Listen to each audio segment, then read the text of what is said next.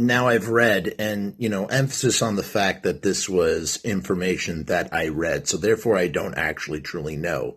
But the dynamic within the Pistols was very interesting. It was sort of divided down the middle. You had Steve Jones and Paul Cook, who were really, really, really tight and sort of formed, this insulated sort of, alliance within the band.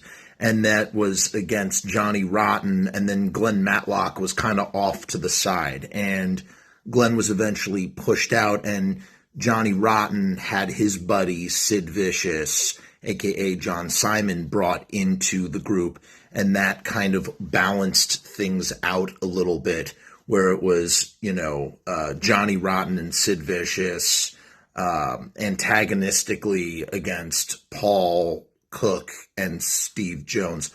But again, as to what kind of antagonism, just when I say antagonism, I mean like band politics, like, the butting of heads. As to what level that took on, like, I don't know, the way that there are egos within bands, and having alliances, allow for, certain people to leverage themselves within a band when it comes to decision making, when, all sorts of different factors and variables here. So by pushing out Glenn Matlock and bringing in Sid Vicious, that gave Johnny Rotten a little extra leg up. And you've seen how things are recently, where it's basically those three dudes against Johnny Rotten now, and John Lydon, I guess.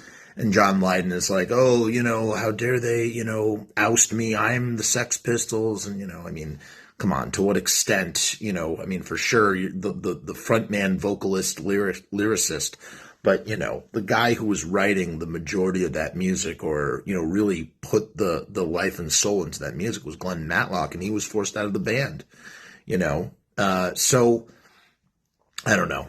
Bands and their politics, crazy stuff.